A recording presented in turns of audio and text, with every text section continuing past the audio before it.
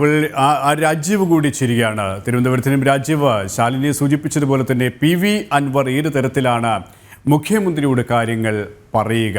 തനിക്കുള്ള വിയോജിപ്പടക്കം അദ്ദേഹം രേഖപ്പെടുത്തുമോ? അതിനുശേഷം അദ്ദേഹത്തിൻ്റെ പ്രതികരണം ഏത് തരത്തിലായിരിക്കുമെന്നാണ് രാഷ്ട്രീയ കേരളം ഒന്നാകെ ഉറ്റുനോക്കിക്കൊണ്ടിരിക്കുന്നത്. ഒപ്പം ഈ MR അജിത് കുമാറിനെതിരായ അന്വേഷണം പ്രഹസനമാകുന്നു എന്ന രീതിയിലുള്ള വിലയിരുത്തൽ തന്നെയാണ് പൊതുവെ ഉയർന്നു വന്നുകൊണ്ടിരിക്കുന്നത്. DGP അടക്കം ആ തരത്തിൽ അതൃപ്തി രേഖപ്പെടുത്തി കഴിയുമെന്ന് രാജീവ് നേരത്തെ തന്നെ റിപ്പോർട്ട് ചെയ്തിട്ടുണ്ട്. ഒപ്പം ഇപ്പോൾ ഓൺലൈനായി അദ്ദേഹം മുഖ്യമന്ത്രി വിളിച്ചു ചേർത്ത യോഗത്തിൽ MR അജിത് കുമാറും പങ്കെടുത്തു എന്നാണ് മനസ്സിലാക്കാൻ സാധിക്കുന്നത്. അതായത് MR അജിത് കുമാറിനെ സംരക്ഷിച്ചുകൊണ്ട് തന്നെ മുഖം രക്ഷിക്കാനുള്ള ഒരു അന്വേഷണം, ആ രീതിയിൽ തന്നെയാണ് സർക്കാർ മുന്നോട്ട് പോകുന്നത്, അല്ലേ?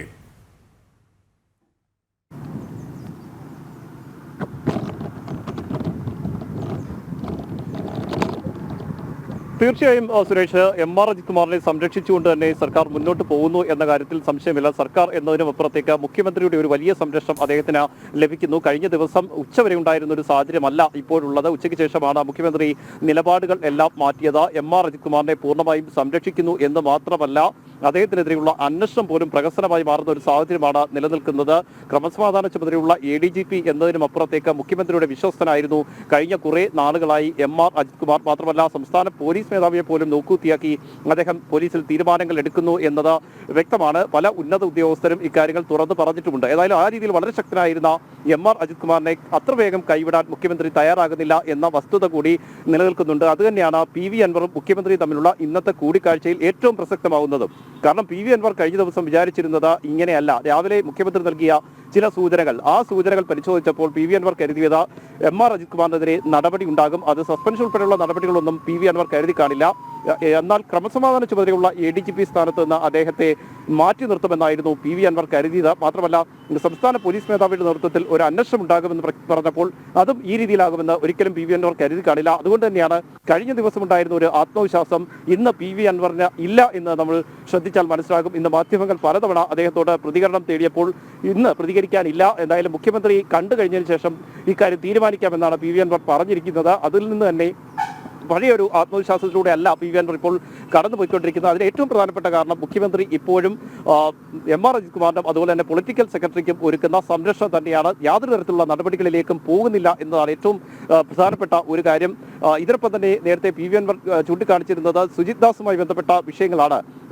മലപ്പുറം ജില്ലാ പോലീസ് മേധാവിയുടെ ഔദ്യോഗിക വസതിയിൽ നടന്ന ഒരു മരമുറി കേസുമായി മാത്രം ബന്ധപ്പെട്ട ഇതിനെ കാണാൻ കഴിയില്ല. അദ്ദേഹത്തിന്റെ ഫോൺ സംഭാഷണം ഉൾപ്പെടെ PV അൻവർ പുറത്തുവിട്ടിരുന്നു. അതിൽ പോലും ഗുരുതരമായ പരാമർശങ്ങൾ MR അജിത് കുമാറിനെതിരെ ഉണ്ട്. ആ ഗുരുതരമായ പരാമർശങ്ങൾ പുറത്തുവിടുകയും MLA യാചിക്കുകയും ചെയ്ത സുജിത് ദാസിനെതിരെയും കടുത്ത നടപടി ഉണ്ടാകുമെന്ന് PV അൻവർ കരുതിയിരുന്നെങ്കിൽ അതും തെറ്റുന്നൊരു സാഹചര്യമാണ് ഉണ്ടായത്. പോലീസ് ആസ്ഥാനത്ത് റിപ്പോർട്ട് ചെയ്യാനുള്ള ഒരു നിർദ്ദേശം മാത്രമാണ് നിലവിൽ ഇപ്പോൾ സുജിത് ദാസിന് നൽകിയിരിക്കുന്നത്. പത്തനംതിട്ട SP സ്ഥാനത്ത് നിന്ന് മാറ്റിയതല്ലാതെ സസ്പെൻഷൻ ഉൾപ്പെടെയുള്ള ഒരു നടപടികളും സുജിത് ദാസിനെതിരെ ഉണ്ടായിട്ടില്ല. അതായത് കടുത്ത നടപടികൾ ഒന്നും സർക്കാർ ഈ വിഷയത്തിൽ സ്വീകരിച്ചിട്ടില്ല എന്ന വസ്തുത കൂടി നിലനിൽക്കുന്നുണ്ട്. ഇതിനൊപ്പമാണ് ഈ അന്വേഷണ സംഘത്തിന്റെ കാര്യം പരിശോധിക്കുകയാണെങ്കിൽ സംസ്ഥാന പോലീസ് മേധാവിയുടെ നേതൃത്വത്തിലാണ് അന്വേഷണം. പക്ഷേ സംസ്ഥാന പോലീസ് മേധാവിയുടെ നേതൃത്വത്തിലാണ് അന്വേഷണം നടക്കുന്നതെങ്കിലും ഈ അന്വേഷണ സംഘത്തിൽ ഉൾപ്പെടുത്തിയിരിക്കുന്ന ഏറ്റവും പ്രധാനപ്പെട്ട രണ്ടുപേർ, ഒന്ന് Thiruvananthapuram range IG, Thiruvananthapuram city police commissioner കൂടിയായ സ്പർജൻ കുമാർ, മറ്റൊന്ന് തൃശൂർ റേഞ്ച് DIG ആണ്.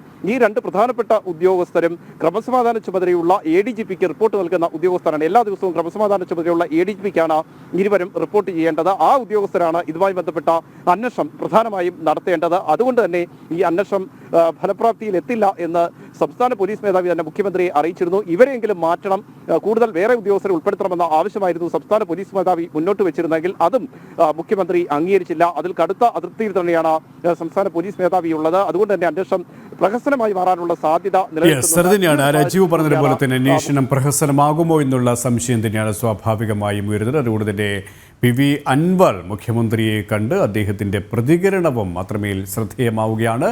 രാജീവാണ് വിശദാംശങ്ങൾ നൽകിയത്.